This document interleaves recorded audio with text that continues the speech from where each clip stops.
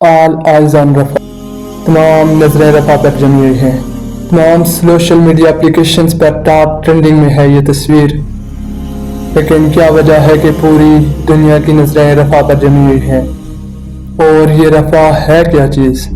اور جو لوگ نہیں جانتے ان کو بتاتا چلوں کہ آپ جانتے ہیں کہ اسرائیل نے غزہ کو تباہ کر دیا ہے، جس کے نتیجے میں 36,000 مظلوم فلسطینیوں کو، جن میں 15,000 ننھے منھے معصوم بچے شامل ہیں، ان کو شہید کیا جا چکا ہے۔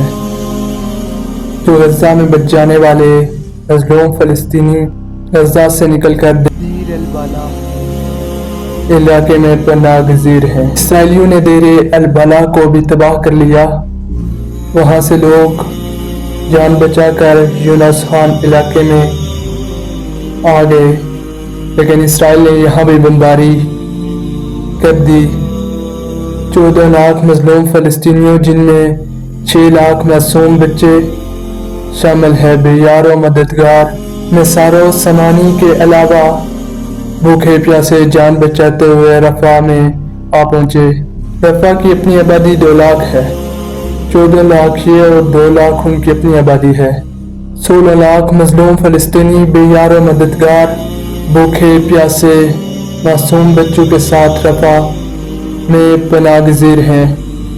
رفح کے ساتھ ایجپٹ کی بارڈر ہے جو کہ بند، یعنی ان 16 لاکھ مظلوم فلسطینیوں کے سامنے صرف اور صرف شہادت ہے، اور وہ تمام لوگ بے یار و مددگار منتظر ہیں کہ کوئی مدد آئے، کوئی مسیحا ادھر بھی آئے، کوئی تو چارہ گری کو اترے۔